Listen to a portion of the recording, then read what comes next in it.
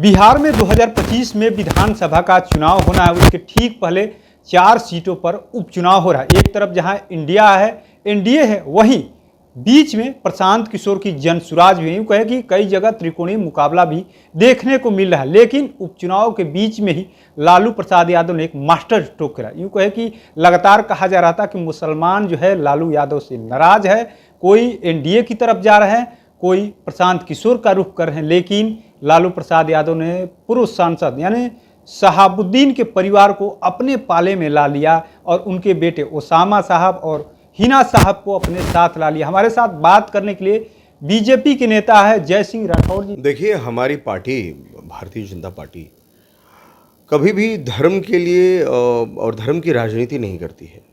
लोग RJD type के जो लोग हैं, जो जिनकी मानसिकता ही है, जिन्होंने पढ़ाई की है मदरसा छाप स्कूलों में, ठीक है, जो सिर्फ और सिर्फ नफ़रत के बाज़ार में बैठकर मुस्कान कहते हैं कि भाई हम नफ़रत के बाज़ार में बैठ के मुस्कान बेचने का काम कर रहे हैं, लेकिन ऐसा होता नहीं है। आज की डेट में जो ये इन्होंने काम किया है कि हिना साहब को और उनके बेटे, ठीक है, उनको अपने पार्टी में सम्मिलित कर लिया, तो इससे हमें कोई नुकसान नहीं है। भारतीय जनता पार्टी को देखिए, हमारी पार्टी, ठीक है, और हमारी सरकार ने जितना मुसलमानों के लिए काम किया है, ये जो भी मुसलमान भाई है वो खुद देखेंगे, वो खुद जानेंगे कि कितना उनके लिए काम भारतीय जनता पार्टी के सरकार काल में हुआ है, एनडीए के सरकार काल में हुआ है।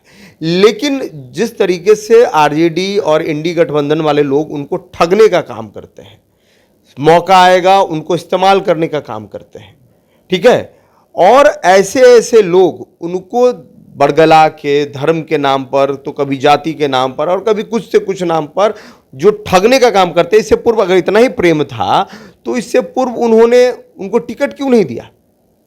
आखिर निर्दलीय ही लड़ना पड़ा, ठीक है। अब तो वो हिना साहब को भी सोचना चाहिए, ठीक है, कि हम वापस किस तरीके से हम जाएं उस आरजेडी में, जिस आरजेडी ने शहाबुद्दीन को इस तरीके से इग्नोर किया कि उनको मतलब समझिए कि मृत्यु को प्राप्त होना पड़ गया।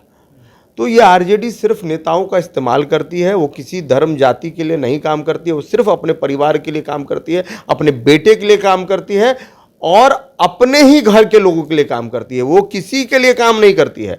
आप देखिए उनके बैनर पर, पोस्टर पर कि बस 2 ही आदमी का आपको फोटो मिलेगा, लालू यादव, तेजस्वी यादव। क्या तीसरा कोई नेता नहीं है उनके पार्टी में, या तीसरा कोई योग्य आदमी नहीं है उनके पार्टी में? हम तो यही पूछते हैं आपसे, कोई योग्य आदमी है कि नहीं है? हमको तो लगता है कि कोई योग्य आदमी नहीं है। 2 ही को आदमी है, लालू यादव और तेजस्वी यादव, तीसरा तो कोई आदमी ही नहीं है उसके पार्टी में, समझे। और ऐसे लोग सिर्फ धोखे से किसी को बरगला के अपनी पार्टी में अभी लाएंगे, लोगों को मोबिलाइज करा लेंगे, फिर जब चुनाव का समय आएगा तो फिर कहेंगे कि तुम अपने घर, हम अपने घर। ऐसे ही कर रहे हैं लोग, वोट बैंक के लिए सब। देखिए, और क्या है, मेहनत आप करिए, मलाई ये खाएंगे। आप उनके लिए वोट बैंक तैयार करिए, आप इनके लिए ज़मीन तैयार कीजिए, वहाँ पे अपने बेटे को बैठाएंगे, कहेंगे कि ये आपका भाई, ये राजकुमार है, ये आपका भविष्य है। चाहे उनसे कितने भी योग्य लोग सामने में हो, चाहे उनसे कितने भी अच्छे लोग सामने में हो, लेकिन नेता और राजा सिर्फ इनके परिवार के लोग, परिवार भी नहीं, मैं कहूँगा सिर्फ इनका एक ही बेटा राजा रहेगा।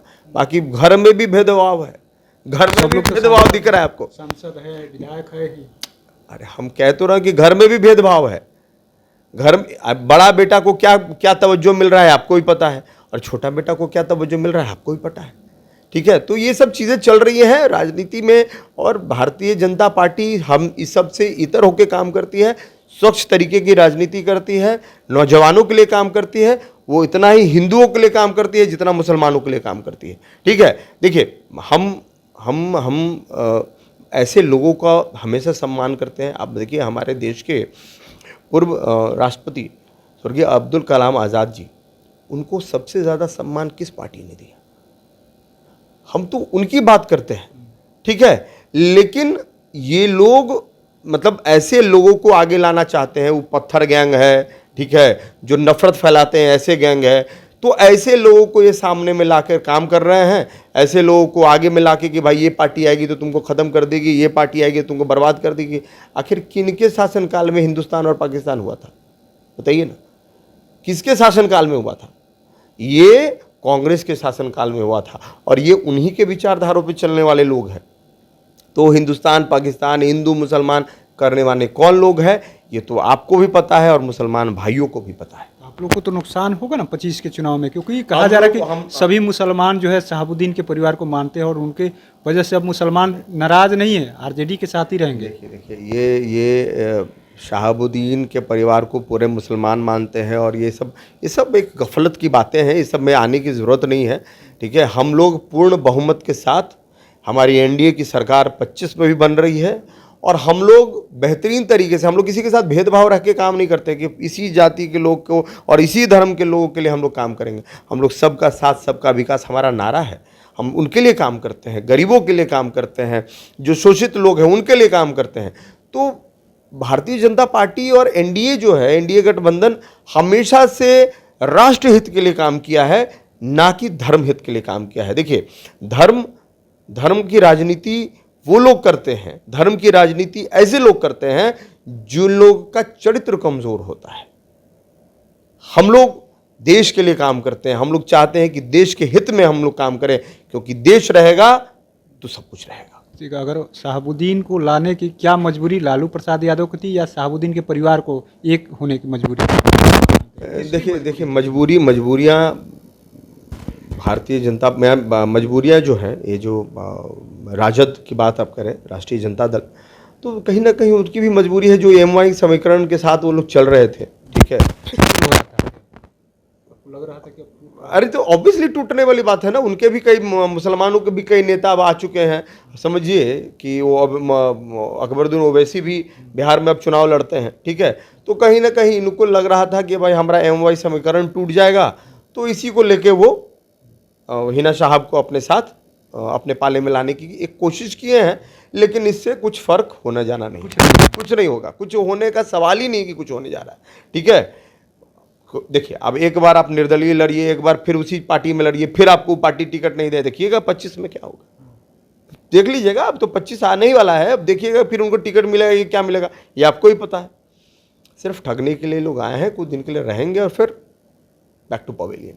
तो आपने सुना किस तरीके से जय सिंह राठौर है बीजेपी के नेता, इन्होंने साफ साफ कह दिया हिना साहब किस मजबूरी में आई है ये तो हम नहीं कह सकते, लेकिन इतना जरूर है कि लालू प्रसाद यादव को लगने लगा है कि एमओआई समीकरण मेरा टूट रहा है, इस वजह से हिना साहब को ये लोग शामिल कराए हैं। लेकिन उनको भी ये लोग छोड़ने वाले नहीं हैं, और बिहार में पूरे देश के मुसलमान जान रहे हैं कि भारतीय जनता पार्टी सबके लिए काम कर रही है। हम लोग किसी धर्म के लिए काम नहीं करते हैं, यानी राष्ट्र हित में हम लोग काम करते हैं, और हिना साहब या उनके बेटे को शामिल होने से कुछ फर्क नहीं पड़ने वाला है, अब सब लोग जान चुके हैं।